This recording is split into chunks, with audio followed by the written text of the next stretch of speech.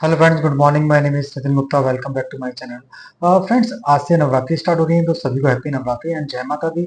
आज जो मैंने स्टॉक सेलेक्ट किया है, मैंने मतलब यही एनालिसिस करके सेलेक्ट किया है कि भाई जब अगली नवरात्रि आए ना, तो एटलीस्ट इसमें से जो हमारी प्रॉफिट, अगर हमने पोजीशन बनाई हुई है तो हमें प्रॉफिट बुकिंग मिल जाए। यही हमारी माता दी से हमारी कामना रहेगी। चले चलते हैं आज के स्टॉक पर, और ये पोर्टफोलियो सीरीज का अगला स्टॉक होगा। तो आज की जो कंपनी है वो डीसीबी बैंक लिमिटेड है। ये स्मॉल फाइनेंस बैंक नहीं है, प्योर बैंक है। और बट इसकी जो मार्केट कैपिटल है ना, ओनली 4,000 करोड़ की है। तो मतलब स्मॉल फाइनेंस बैंक जैसी मार्केट कैपिटल है, बट बैंक पूरा है ये।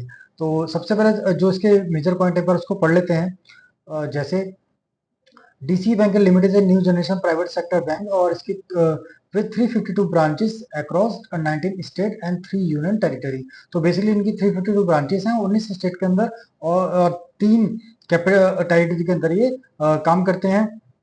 और इनकी जो इन्होंने ब्रांच का अभी एक्सपेंशन भी किया है, तो उसके बाद जो इनकी जून 2022 तक जो ब्रांचेस इन्होंने 405 कर दिए बढ़ा के, जिसमें 373 एटी 405 ब्रांचेस हैं एंड 373 एटीएम्स हैं।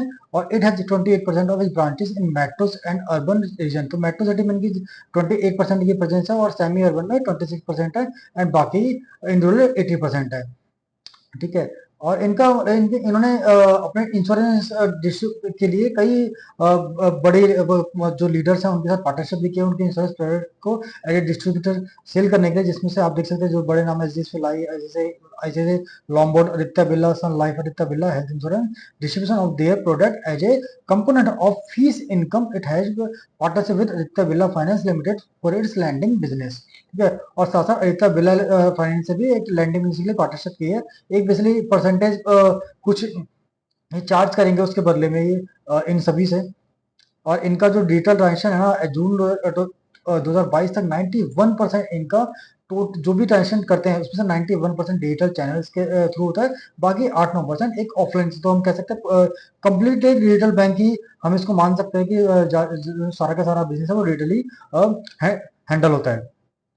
The future outlook: the bank is focused on very diversified SME, MSME, small businesses lending rather than salary segment. Want to focus to retail, mortgage, working capital, commercial vehicle. So lending it is in tier 2 on tier 6 location. It's aimed to very mainly retail deposit, term deposit and limited depending on bulk deposit. तो basically इनका जो focus है ना loan देने का, वो जो छोटे जो छोटी कंपनियां होती है ना, जो छोटे बिजनेसमैन होते हैं, उनको ज्यादा कैटर करेंगे रेदर देन सैलरी पे पीपल के, मतलब किससे ज्यादा उनको प्रेफर करेंगे। और टायर टू से लेकर टायर टू सिटी में ही ज्यादा फोकस कर रहे हैं।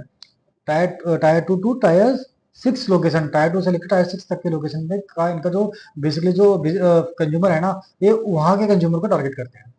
अभी अगर फंडामेंटल देख लेते हैं तो मार्केट कैपिटल है वो देख ही सकते हैं आप, 3957 करोड़ की है। जो स्टॉक पी 7.57 का है, आरओसी 6.71 का है।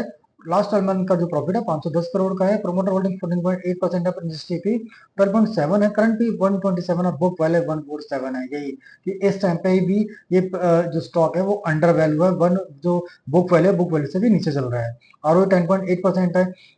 प्लेजिंग परसेंट कोई है नहीं। हाई प्राइस ऑल टाइम 245 का है।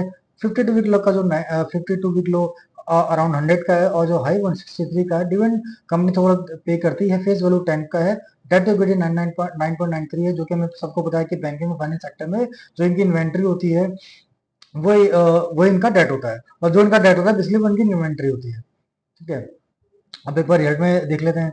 तो दिसंबर में इससे अगर कंपेयर करें, क्योंकि मार्च के रिजल्ट अभी नहीं आए हैं, तो दिसंबर के कंपेयर तो 1072 की इनकी सेल थी, जो बढ़कर 1374 की आई थी। बढ़कर जो नेट प्रॉफिट था 114 करोड़ से बढ़कर 127 करोड़ का आया था। और अगर ईयरली आप ग्रोथ की देखो तो 2012 से हमारे डेटा है 717 करोड़ से बढ़कर 5097 करोड़ का इनका पहुंच चुका है। जो रेवेन्यू है नेट प्रॉफिट 55 करोड़ से बढ़कर 523 का हो गया है। तो अच्छी खासी ग्रोथ दोनों में ही है, सेल्स में भी है और रेवेन्यू में भी है। अब बैलेंस शीट की बात करें तो बैलेंस शीट 312 इनका कैपिटल है। रिजर्व इनके पास 4255 का है, जो कि हमने देखा ऊपर जो मार्केट कैपिटल है ना, वो कितने की है, 4,000 करोड़ से कम ही है, या 4,000 करोड़ ज्यादा, उससे ज्यादा उनके पास अपना खुद का रिजर्व है। ठीक है। रिजर्व है, और उसके बाद भी रिजर्व के बाद भी 783 इनके पास फिक्स एसेट है, और 12,500 का इन्होंने इन्वेस्टमेंट भी किया हुआ है।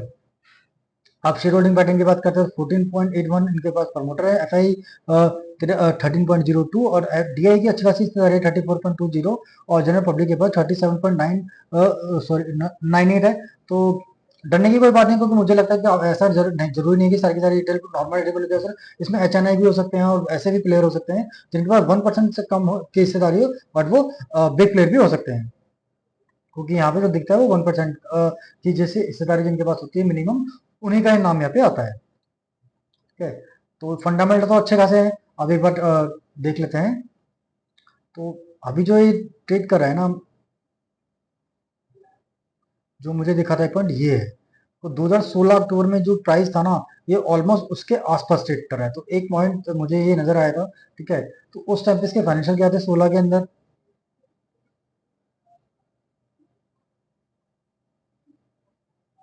देखो 16 के अंदर फाइनेंशियल क्या थे कि 1700 करोड़ रुपए की इनकी रेवेन्यू था, और जो बढ़कर अब 5097 के हो गया है, और 195 करोड़ की जो नेट प्रॉफिट हुआ करता था वो ट्रिपल तो नहीं हुआ है 523, मगर ट्रिपल के आसपास ही है, डबल से तो ज्यादा ही है। ठीक है, तो सिंपल तो यही है कि ये यहाँ पे जो 132 का था, ऑलमोस्ट 250 के आसपास होना चाहिए। ठीक है, बट हम इसको नहीं मानते हैं। हम एक्चुअली जो पैटर्न बनाया ना इसने, तो लास्ट पैटर्न बनाया, हम उसको सबसे निकालते हैं। ये पैटर्न जो है ये जो यहाँ पे बनाया था उन्होंने, जो अपना लाइफ टाइम है बनाया था 19 के अंदर ही बनाया था। 19 से भी अगर आप कंपेयर करोगे ना, तो भी काफी जो इम्प्रूव भी हुए हैं। 3041 से लेकर जो उनका रेवेन्यू है वो 55097 का हो गया, जो नेट प्रॉफिट है 325 से लेकर 523 का हो गया। तो हम ये मान के चलते हैं यहाँ तक तो जाना ही चाहिए, आराम से जाना चाहिए। ठीक है, तो एक बार दोनों दो टारगेट मेजर करते हैं। एक इसको जो कप विथ हैंडल है, कॉम्प्लेक्स कप विथ हैंडल है, एक कप हैंडल, एक और हैंडल, एक और हैंडल, और इसका ब्रेकआउट हुआ, ब्रेकआउट का दोबारा ने सपोर्ट को टेस्ट किया और फिर धीरे धीरे ऊपर चलना शुरू हुआ। तो एक बार इसका टारगेट निकालते हैं।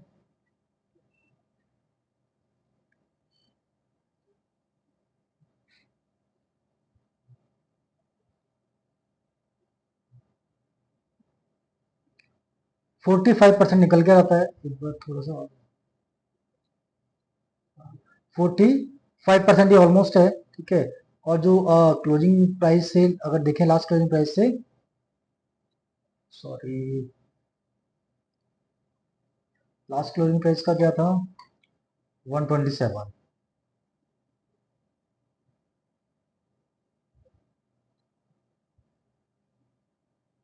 तो वहां से ही 44% का गेन मुझे नजर आता है। ठीक है, और अभी एक क्वार्टर मार्च का रेट आना बाकी भी है।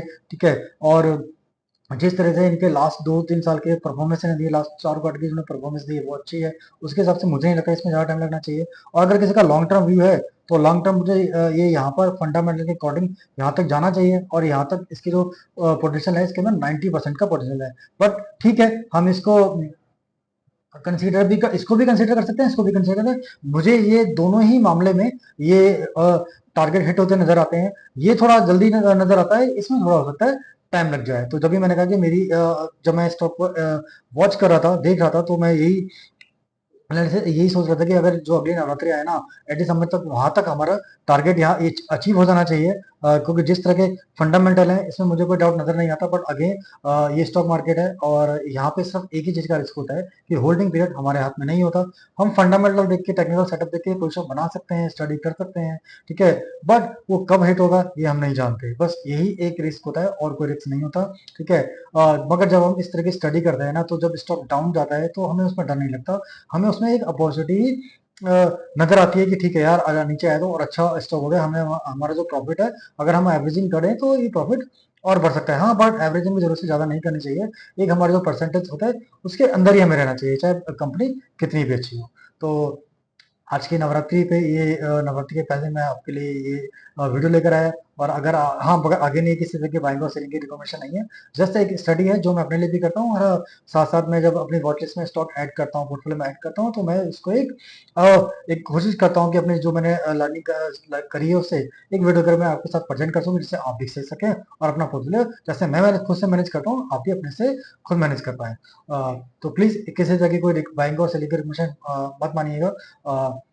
और अगर अगर आपको मेरी वीडियो अच्छे लगते हैं तो प्लीज लाइक कीजिए, सब्सक्राइब कीजिए। मैं आपके लिए ऐसे वीडियो लाता ही रहूंगा। आज के लिए इतना ही, धन्यवाद, जय हिंद।